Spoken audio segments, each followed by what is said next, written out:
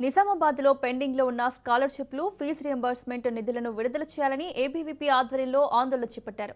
జిల్లా కేంద్రంలోని డిగ్రీ కళాశాల మైదానం నుండి నిజాం సాగర్ చౌరస్తా వరకు ర్యాలీ నిర్వహించారు. ప్రభుత్వం పేద విద్యార్థులను మోసం చేస్తోందని, ఫీజు రియంబర్స్మెంట్ ను ఎత్తివేయడానికి కుట్ర జరుగుతోందని ఆరోపించారు. పెండింగ్ నిధులను వెంటనే విడుదల చేయకపోతే పెద్ద ఎత్తున ఆందోళనలు చేపడతామని హెచ్చరించారు.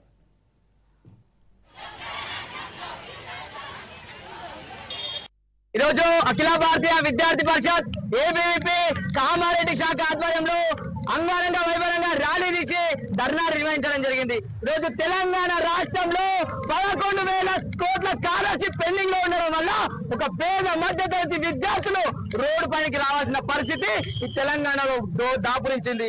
ఈ స్కాలర్షిప్ రాకపోవడం వల్ల ఒక పేద విద్యార్థి ఏ ఎదుర్కోవాలని అనేసి రేవంత్ రెడ్డి గారిని అడుగుతా ఉన్నాం.